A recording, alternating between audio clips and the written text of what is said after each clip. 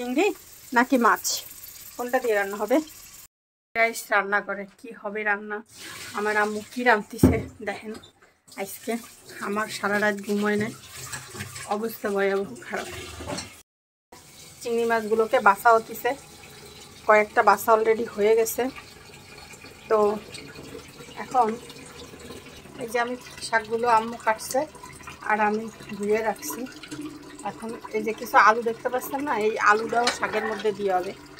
একবার মনে হয় কি তেলাপিয়া মাছ দিয়ে রান্না করতে বলি, আর একবার মনে হয় কি ওই চিংড়ি মাছ দিয়ে রান্না করতে বলি। চিংড়ি মাছগুলো এই যে বাছা হচ্ছে গাইস, এইভাবে সুন্দর করে বাইছে নিতে হবে, নাহলে তো মজা লাগবে না। ঠিক আছে, তেল ঢালা হচ্ছে, আম্মু তেল ঢালতিছে। আম্মু হলুদ দিছে, এবার দেবে লবণ।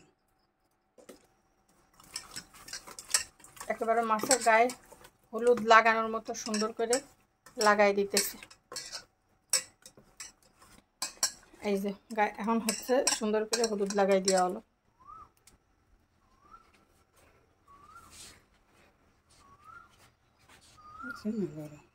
দাও, আম্মু হচ্ছে হাত দিয়ে কড়াই দেখতেছে, দেখছেন আম্মুর কি গুণ, বাবারে বাবা। একটা লোকরে দেখলাম, সেই লোক করছে কি ওই তেলের ভিতরে হাত দিয়ে দিয়ে ওগুলো উঠাই করতেছে। ওই বড়া ভাজতেছে, হাত দিয়ে উঠাইতেছে। দেখতে দেখতে আমাকে নারকেল গাছ কত বড়।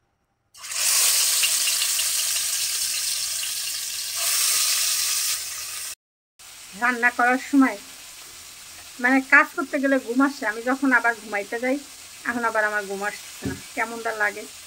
তো মাছটা ভাজার জন্য অপেক্ষা করতেছি, কি করবো, একটু ঘুমাইনি, দেওয়ালে দাঁড়াই দাঁড়াই ঘুমাবো। হ্যাঁ,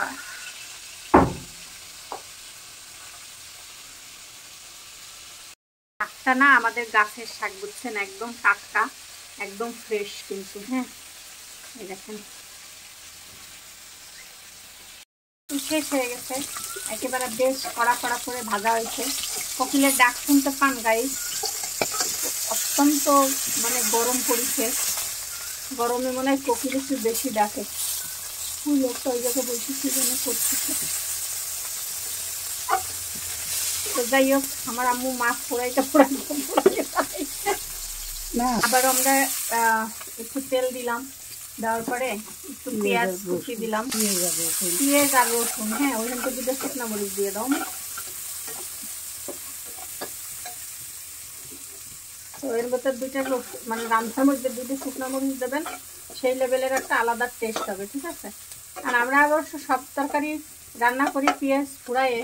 একটা কথা মনে রাখছেন, আবার কইেন না যে সাথে আপনি দেখাইলেন চিংড়ি মাছ আবার এখন রাঁধতেছেন হলো ওর মধ্যে দিয়ে না, আমি উঠাইতে ঝামেলা হয় না। কবেন যে দেখালেন চিংড়ি মাছ রাঁধবেন তেলাপিয়া মাছ। কিছু কিছু মানুষ আমার এই কথা অবশ্যই বলবে। যাই হোক ব্যাপার না, বেশি হয়েছে মানে চিংড়ি মাছ দিয়ে তাহলে অন্য কিছু করা হবে আর কি। মানে তেলাপিয়া মাছ দিয়ে ভালো লাগবে মনে হয়, তাইতে আমি আবার আম্মুরে কইলাম তাহলে তুমি তেলাপিয়া মাছ দাও।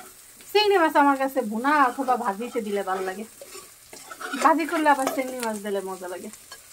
হয়ে গেছে, আমরা এটাকে নামাই নেব। আমাকে এটা এই যে সুন্দর করে পেঁয়াজটাকে ভাজা হয়ে গেছে, এখন এটাকে আমরা নামাই নিলাম। এটাকে এখন আমরা বাটবো, তার আগে আমরা হচ্ছে আবার হচ্ছে কড়াইয়ের ভিতরে মশলা শুদ্ধ দেও। এখন আমরা আলু দিলাম, আলু দিয়ে কাঁচামরিচ দেবো।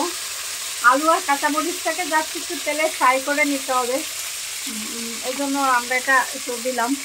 এবার আমরা মাগো এবার হলুদ দিলাম।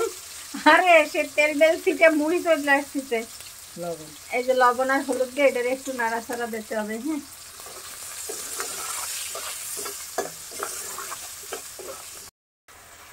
আমরা এবার হচ্ছে শাকটা দিয়ে দিলাম। শাকের হচ্ছে একবার এইটা কিন্তু আমাদের নিজেদের গাছের শাক। হ্যাঁ এত টাটকা, যেহেতু গাছ থেকে মাত্র তুলে এনে রান্না করা হচ্ছে, তো মানে অনেক মজা হবে গাইস, ঠিক না বলেন? আসলেই ঠিক।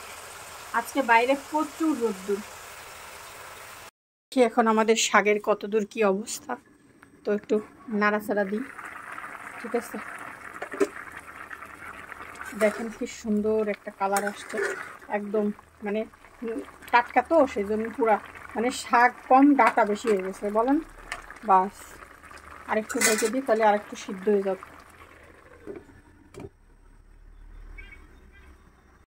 যে শাকের এখন হচ্ছে আমরা দিয়ে দিলাম উপর দিয়ে একটু মাছগুলো সুন্দর করে দিয়ে দিলাম। এখন আমরা সেই ভাজা মানে মশলাটারে বাইটে নিতেছি।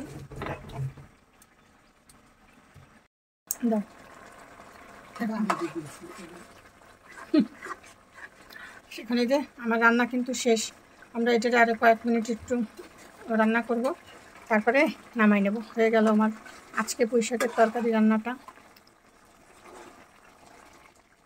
ব্যাস, দাও আমার কাছে দাও।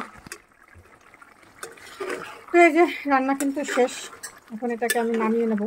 বাস রান্না বান্না শেষ, এখন শুধু খাইতে হবে। গরম ভাতের সাথে তরকারিটা যে কী মজা লাগবে সেটা আপনাদের কোনো ধারণাই নাই। আজকে আমি দেখলাম একজন ট্যাংরা মাছ রান্না করছে পুঁই শাক দিয়ে। ঠিক আছে, তো আজকে আমাদের এটা অনেক মজা হয়েছে। একটু নাড়াচাড়া দিলাম, মাছটা একটু ভেঙে চড়ে গেলে ভালো হতো। আম্মুর বইতে আর বাংলাম না, আমার কাছে মাছ ভেঙে দিয়ে রান্না করলে বেশি মজা লাগে। একটু যাই হোক, এখন এটাকে নামাই নেওয়া হবে। এই ছিল আমার আজকে পুঁই শাক, আলু আর তেলাপিয়া মাছের ঝোল। ওকে, ভালো থাকেন, টাটা, বাই বাই, আল্লাহ হাফেজ।